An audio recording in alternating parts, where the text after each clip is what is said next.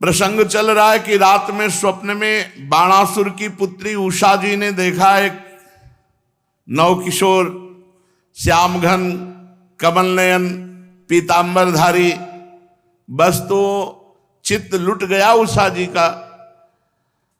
अब वो जगी और हा प्रीतम ऐसा पुकार उठी। तो सब सहेलियां पास थी, उन्होंने कहा बिना प्रीतम के प्रीतम कैसे पुकार उठी। संकुचित हो गई उषा जी।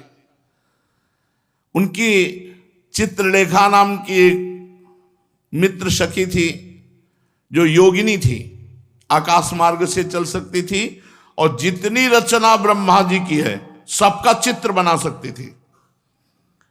उन्होंने कहा कि प्रिय सखी तुम उदास मत होइए, मैं अनुमान से कह रही हूं कि तुम्हारे स्वप्न में कोई देव सुंदर पुरुष आया और तुम्हारे चित्त का अपहरण कर गया, तभी तुम जगते हुए एकदम कहा हा प्रीतम तुम कहां हो। तुम कहा तो कहा तुम क्षोभ मत करो, शोक मत करो, मैं अभी चित्र बनाती हूं। बस चित्र को तुम बता देना कि ये यही है, बस इतने में हम उसका अपहरण करके लाएंगे और आपके पास आपको मिला देंगे। गंधर्वों के, नागों के, पन्नगों के, विद्याधरों के, देव के सबके चित्र बनाते चली गई। जब यदुवंशियों में श्री वसुदेव जी का बनाया तो कहा इसी वंश में। जब श्री कृष्णचंद्र जी का बनाया कहा हाँ बिल्कुल ऐसे ही। जब प्रद्युम्न जी का बनाया तो कहा ठीक बिल्कुल ऐसे ही। और जे ही अनिरुद्ध जी का बनाया तो कहा यही है, यही हमारे चित्त को चुराने वाले। तब चित्र लेखा जी ने कहा ये तो बहुत कठिन जगह तुम्हारे नेत्र लड़े, ये तो भगवान श्री कृष्ण द्वारिकाधीश के पौत्र हैं, प्रद्युम्न पुत्र अनिरुद्ध। पर फिर भी मैं तुम्हारे काज के लिए चाहे प्राणों का बलिदान करना पड़े, मैं अवश्य इनका अपहरण करूंगी। आकाश मार्ग से चित्रलेखा जी द्वारिकापुरी पहुंची। वहां सुदर्शन चक्र, सुदर्शन जी से प्रार्थना की कि आप जानते हैं कि भगवान का ही ऐसा कोई विधान होगा कि उषा जी के स्वप्न में भगवान के पौत्र का दर्शन हुआ, तो आप थोड़ा साइड हो जाइए, हम अपहरण करते हैं अनिरुद्ध जी का। अनिरुद्ध जी महल में पलंग में थे, पलंग सहित उठाया और आंगन से आकाश मार्ग से बाणासुर के महल में उषा जी के पास अनिरुद्ध जी को विराजमान कर। अब तो उषा जी के आनंद का ठिकाना नहीं, जो स्वप्न में देखा था उनको साक्षात देख रही। धीरे धीरे अनिरुद्ध जी से इतनी प्रीता बढ़ी कि अनिरुद्ध जी भी भूल गए द्वारिकापुरी। हंसना खेलना, खाना पीना, आनंद मनाना, वो तो राजमहल है। एक दिन उषा जी किसी कार्य से, तो जो वहां के वृद्ध सैनिक थे सुरक्षा में, तो वृद्ध ने देखा उषा जी को प्रसन्न मुद्रा में, तो कुछ ऐसे लक्षण भी देखे। उन्होंने जाकर के बाणासुर से कहा महाराज आपकी पुत्री का चरित्र दूषित हो चुका है, क्योंकि कुछ लक्षण ऐसे दिखाई देते हैं। बाणासुर ने कहा कि क्या चूक हो गई पहरे में? महाराज रात दिन ऐसा कड़ा पहरा है कि पक्षी भी प्रवेश नहीं कर सकता बिना आज्ञा के, फिर पुरुष की तो बात जाने दो। बाणासुर एक छोटी सी सेना लेकर महल में, वहां जे ही दरवाजा खुलाया तो देखा भगवान के चतुर्व्यूह अवतार हैं, जैसे राम लक्ष्मण भरत शत्रुघ्न, ऐसे वासुदेव संकर्षण प्रद्युम्न अनिरुद्ध भगवत स्वरूप। अनिरुद्ध जी उषा जी के साथ चौसर खेल रहे थे और सब सखियां सहेलियां सेवा में। अनिरुद्ध जी ताड़ गए कि 1000 भुजा वाला ये बाणासुर ठीक नियत से नहीं है।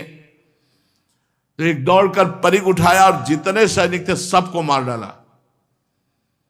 बाणासुर ने, मेघनाथ ने जिस मंत्र का प्रयोग करके नागपाश से राम जी और लक्ष्मण जी को बांधा था, उसी नागपाश से अनिरुद्ध जी को बांध दिया। अब अनिरुद्ध जी बंधन में युक्त हो गए। इतने में देवर्षि नारद जी पहुंचे। नारायण नारायण नारायण। द्वारिकाधीश जी महाराज की जय हो। प्रभु सूचना देते हैं कि बाणासुर ने अनिरुद्ध जी को बंदी बना लिया है। बोले हाँ यही तुम जानना चाहते थे अनिरुद्ध जी, 4 महीने हो गए यहाँ से अपहरण कर ले गया। कोई बोले हाँ योगिनी चित्रलेखा, जो बाणासुर का मंत्री कुंभांड है उसकी पुत्री है, और आप शीघ्र पहुंचे, अनिरुद्ध जी नागपाश में बंधे हुए हैं। अब तो भगवान बलराम जी, श्री कृष्ण, प्रद्युम्न और भी सात्यकी, कृतवर्मा, बड़े बड़े वीरों ने सेना सजाई और शोणितपुर बाणासुर की राजधानी आक्रमण कर दिया।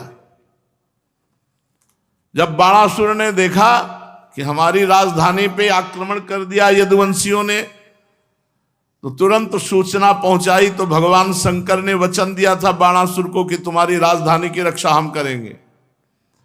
तो भगवान शंकर वृषभ राज नंदी पर सवार होकर के स्वामी कार्तिकेय अपने सैनिकों के साथ सामने आमने आ गए। इधर भगवान श्री कृष्ण बलराम, इधर महादेव जी और कार्तिकेय स्वामी, देव सेनापति स्वामी कार्तिकेय, महान बलशाली भगवान शंकर पुत्र। अब तो बड़ा विशाल घमासान युद्ध, रोंगटे खड़े कर देने वाला। भगवान शंकर जी से भगवान श्री कृष्णचंद्र जी और प्रद्युम्न जी से स्वामी कार्तिकेय का युद्ध होने लगा। बलराम जी कुंभांड कूपकर्ण से युद्ध करने लगे। बाणासुर के पुत्र के साथ सांब और बाणासुर के साथ सात्यकी भिड़ गए। बड़े बड़े देवता, ऋषि मुनि, सिद्ध, चारण, गंधर्व, अप्सराएं ये विमानों पर चढ़कर युद्ध देख रहे। भगवान श्री कृष्ण ने सारंग धनुष खींचा और भगवान शंकर जी की सेना पर प्रहार किया। शंकर जी की सेना भूत, प्रेत, प्रमथ, गुहक, डाकिनी, यातुधान, बेताल, विनायक, प्रेत, मातृगण, पिशाच, कुष्मांडा, ब्रह्म राक्षस, ये सारंग धनुष से छूटे हुए बाण से सब भगदड़ मच गई। भूत प्रेतों में, बेताल विनायकों में। पिनाक पाणे भगवान शंकर ने पिनाक पर प्रत्यंचा चढ़ाई। जैसे श्री कृष्ण का सारंग धनुष, ऐसे भगवान शंकर का पिनाक। भांति भांति के दिव्यास्त्र पिनाक पे जे भी चढ़ाते हैं तो भगवान श्री कृष्ण उसकी काट पहले ही सारंग से चढ़ा के छोड़ देते, वो शांत हो जाता है। ब्रह्मास्त्र का संधान किया भगवान शंकर ने, तो ब्रह्मास्त्र से ही शांत कर दिया भगवान श्री कृष्ण ने। वायुवास्त्र का संधान किया भगवान शंकर ने, तो पर्वतास्त्र से शांत कर दिया। आग्नेयास्त्र का संधान किया भगवान शंकर जी ने, तो वर्षा जिससे होती पर्जन्यास्त्र से शांत कर दिया। पाशुपतास्त्र का प्रयोग किया, जो अमोघ बाण भगवान शंकर का है, तो नारायणास्त्र का प्रयोग किया भगवान श्री कृष्ण, जो उनका अमोघ है। दोनों बाण शांत हो गए। महादेव जी से कहा क्या आज्ञा है, तो उनका जन्मणास्त्र चलाओ। तो जे भी भगवान श्री कृष्ण ने जन्मणास्त्र चलाया तो महादेव जी बार बार जम्हाई लेने लगे। जब जम्हाई लेने लगे तो भगवान शंकर को छोड़कर श्री कृष्ण आगे बढ़े और बाणासुर की सेना का संहार करने लगे। प्रद्युम्न जी ने बाणों की बौछार से स्वामी कार्तिकेय को घायल कर दिया। वो मयूर वाहन से युद्ध विरत हुए। बलराम जी ने हल से पकड़ना, मूसल से मारना, तो कुंभाग और कूपकर्ण आदि इन सबको रणभूमि में मार गिराया मूसलों की मार से। अब ऐसा बलराम जी का मूसल चले कि बड़े बड़े गजरा, तितर बितर सब हो गए। बाणासुर ने देखा हमारी सेना तहस नहस हो गई और हमारे गुरुदेव भगवान शंकर तो जमाई लेने में ही लग गए, कार्तिक जी का मोर उड़ गया, युद्ध विरत हो गए। अब उसने 1000 भुजा, 500 धनुष, लाखों बाण संधान एक साथ क्रोधित होकर बाणासुर युद्ध करने लगा।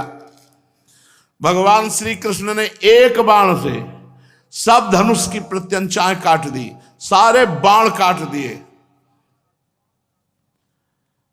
अब भगवान श्री कृष्ण ने पांचजन्य शंख की ध्वनि की और सारथी, घोड़े सब बाणासुर के नष्ट कर दिए। अब बाणासुर को मारने ही वाले थे कि कोटरा नाम की एक देवी बाणासुर की धर्म माता थी। उसने बाणासुर की रक्षा के लिए अपने वस्त्र उतार दिए। भगवान श्री कृष्ण ने तुरंत नेत्र मोड़ लिए, क्योंकि अपनी अर्धांगिनी के सिवा किसी भी स्त्री को नग्न देखने से तत्काल सारे पुण्य नष्ट हो जाते हैं। इसीलिए पर स्त्री गमन भारी निषेध है। तो जे ही वो सामने खड़ी हुई तो सब धर्म के रहस्य को जानने वाले थे, तुरंत आंखें फेर ली। भगवान श्री कृष्ण ने कि कहीं उस पर दृष्टि न पड़ जाए, मुंह फेर लिया और दूसरी ओर देखने लगे। तब तक बाणासुर धनुष कट जाने और रथहीन हो जाने के कारण नगर में चला गया। इधर जब भगवान शंकर के भूतगण इधर उधर भाग गए तो उनका छोड़ा हुआ 3 सिर और 3 पैर वाला ज्वर 10 दिशाओं को जलाता हुआ भगवान श्री कृष्ण की ओर दौड़ा। भगवान श्री कृष्ण ने उसे अपनी ओर आते देख करके उसका मुकाबला करने के लिए वैष्णव ज्वर छोड़ा। अब वैष्णव ज्वर और माहेश्वर ज्वर में आपस में युद्ध होने लगा। अंत में वैष्णव ज्वर के तेज से माहेश्वर ज्वर पीड़ित होकर चिल्लाने लगा और अत्यंत भयभीत हो गया। जब कहीं त्राण नहीं पाया तो नम्रता से हाथ जोड़कर भगवान श्री कृष्ण की शरण में गया और प्रार्थना करने लगा, नमामि त्वानंत शक्तिं परेशं सर्वात्मानं केवलं ज्ञप्ति मात्रं विश्वोत्पत्ति स्थान संरोध हेतुं यत्तद् ब्रह्म ब्रह्मलिंगम प्रशांतम। प्रभु हे श्री कृष्ण, आपकी शक्ति अनंत है। आप ब्रह्मादीश्वरों के भी परम महेश्वर हैं। आप सबके आत्मा और सर्वस्व स्वरूप हैं। आप अद्वितीय केवल ज्ञान स्वरूप हैं। संसार की उत्पत्ति, स्थिति और संहार इसके कारण आप ही हैं। प्रभु, आपके शांत, उग्र और अत्यंत भयानक गुस्सा तेज ज्वर से मैं अत्यंत संतप्त हो रहा हूं। भगवान, देहधारी जीवों को तभी तक ताप संताप रहता जब तक वे आशा के फंदों में फंसे रहने के कारण आपके चरण कमलों की शरण नहीं ग्रहण करते। प्रभु, मैंने आपकी शरण ग्रहण की, अब मुझे आपका वैष्णव ज्वर ताप न दे। तब भगवान श्री कृष्ण ने कहा, त्रिशरा माहेश्वर ज्वर से मैं तुम पर प्रसन्न हूं। अब तुम वैष्णव ज्वर से निर्भय हो जाओ। संसार में जो कोई हम दोनों का संवाद स्मरण करेगा उसे तुमसे कोई भय नहीं रह जाएगा। भगवान श्री कृष्ण के इस प्रकार कहने पर माहेश्वर ज्वर उन्हें प्रणाम करके चला गया। तब तक बाणासुर रथ पर सवार होकर भगवान श्री कृष्ण से युद्ध करने के लिए फिर आ गया। बाणासुर ने अपने 1000 हाथों में तरह तरह के हथियार ले रखे थे। अब अत्यंत क्रोध में भरकर चक्रपाणी भगवान श्री कृष्ण पर बाणों की वर्षा करने लगा। भगवान श्री कृष्ण ने देखा कि बाणासुर ऐसे नहीं मानेगा, तो सुदर्शन चक्र का स्मरण किया। स्मरण करते सुदर्शन चक्र हाथ में आ गए और आदेश किया, जाओ इसके अस्त्र शस्त्र और भुजाएं भी काट डालो। बस इतना ही आदेश। जितना आदेश होता है उतना सुदर्शन जी करते हैं। अस्त्र शस्त्र काट दिया और भुजाएं काट।